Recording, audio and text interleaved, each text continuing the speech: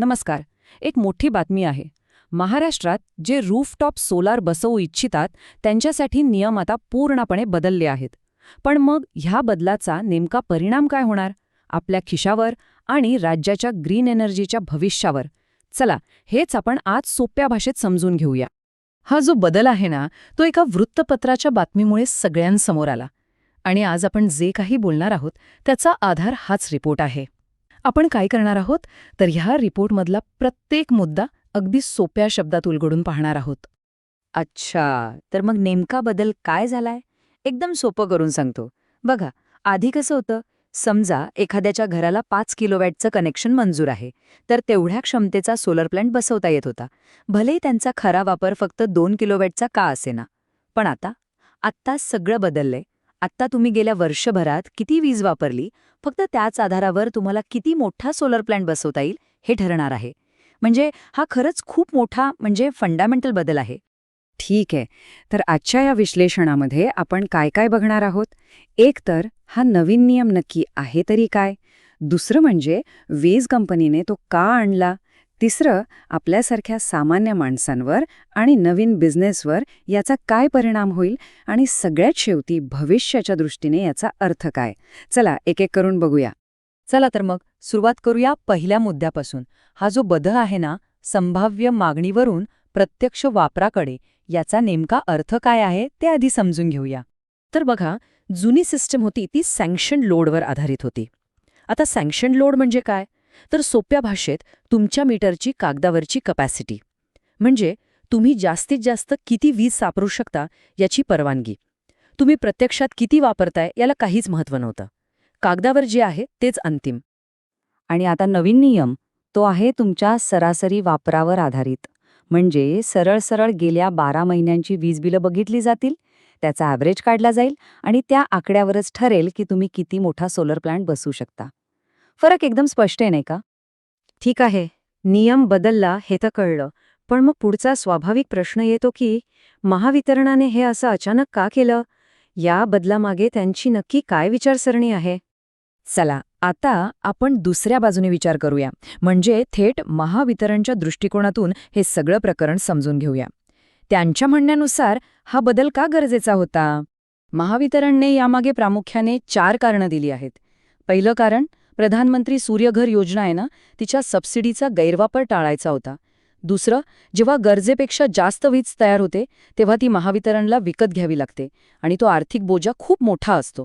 तिसरं, जे तांत्रिकदृष्ट्या खूप महत्त्वाचं आहे, ते म्हणजे ग्रीडची स्थिरता. आता ग्रीडची स्थिरता म्हणजे काय? समजा आपलं विजेचं जाळं म्हणजे पाण्याच्या पाईपलाईनसारखं आहे. जर तुम्ही त्या पाईपमध्ये क्षमतेपेक्षा जास्त पाणी एकदम टाकलं तर काय होईल? पाईप फुटू शकतो. तसंच काहीसं विजेचं आहे. गरजेपेक्षा जास्त वीज ग्रीडमध्ये आली की संपूर्ण सिस्टम धोक्यात येऊ शकते. आणि चौथं कारण अगदी सरळ आहे की लोक गरजेपेक्षा खूप मोठे प्लांट लावत होते आणि त्यावर नियंत्रण आणायचं होतं. म्हणजे सगळ्याचा सारांश काय?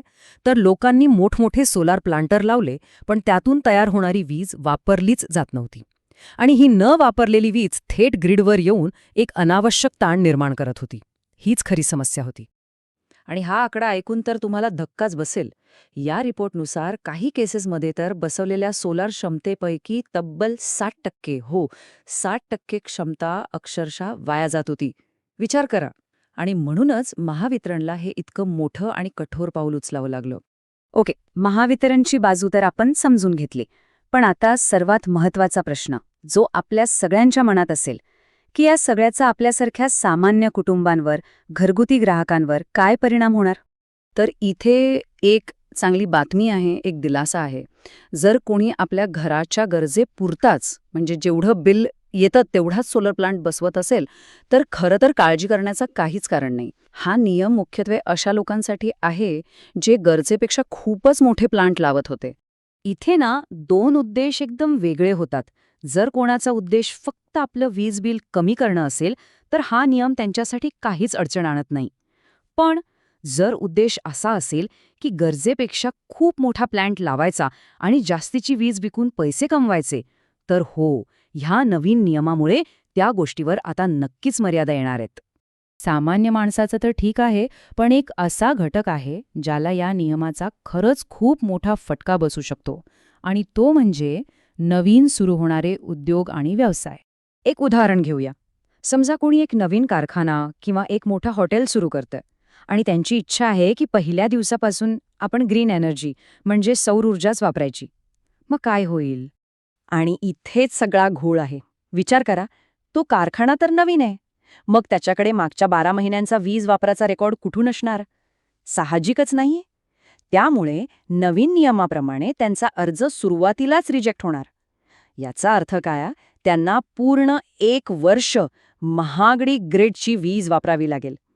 आणि 1 वर्ष पूर्ण झाल्यावर तो रेकॉर्ड तयार झाल्यावर मगच ते सोलारसाठी अर्ज करू शकतील. केवढा मोठा अडथळा आहे हा! आणि याचा फटका कुणाकोणाला बसणार तर नवीन सुरू होणाऱ्या सगळ्याच मोठ्या प्रकल्पांना. मग ते कारखाने असोत, शॉपिंग मॉल्स असोत, मोठी हॉटेल्स किंवा हॉस्पिटल्स असोत. ज्या कोणालाही पहिल्या दिवसापासून क्लीन एनर्जी वापरायची आहे त्यांच्यासाठी हा मार्ग आता कमीत कमी 1 वर्षासाठी तरी बंद झाला आहे असं म्हणायला हरकत नाही. तर आपण आता या विश्लेषणाच्या शेवटच्या टप्प्यात आलो आहोत. आणि हे सगळं प्रकरण पाहिल्यावर एक गोष्ट लक्षात येते. हा खरं तर 2 महत्त्वाच्या गोष्टींमधला एक संघर्ष आहे. एकीकडे आहे सौर ऊर्जेचा विकास आणि दुसरीकडे आहे आपल्या ग्रिडची स्थिरता. आणि जे सौर ऊर्जा इंडस्ट्री आहे त्यातल्या तज्ज्ञांना नेमकी हीच भीती वाटते. त्यांचं म्हणणं अगदी बरोबर आहे. ते म्हणतायत की ग्रिड स्टेबल असणं महत्त्वाचं आहे, आम्ही ते मान्य करतो. पण ह्या नवीन नियमांमुळे जे लोक स्वतःहून पुढे येऊन ग्रीन एनर्जी वापरू इच्छित आहेत त्यांचा वेग कमी होऊ शकतो आणि हे आपल्या राज्याच्या ग्रीन एनर्जीच्या टार्गेटसाठी एक मोठं आव्हान ठरू शकतं. आणि खरं तर हाच आजच्या चर्चेचा सगळ्यात मोठा आणि महत्त्वाचा प्रश्न आहे की आपण या 2 गोष्टींमध्ये बॅलन्स कसा साधणार. एका बाजूला आपल्याला पर्यावरणासाठी लवकरात लवकर क्लीन एनर्जीकडे जायचंय आणि दुसऱ्या बाजूला आपल्या सर्वांना 24 तास वीज मिळावी यासाठी संपूर्ण सिस्टम स्थिर ठेवायची आहे. या दोन्ही गोष्टींमध्ये एक योग्य संतुलन साधणं हेच येणाऱ्या काळातील सर्वात मोठं आव्हान असणार आहे. नक्कीच विचार करण्यासारखा मुद्दा आहे, नाही का?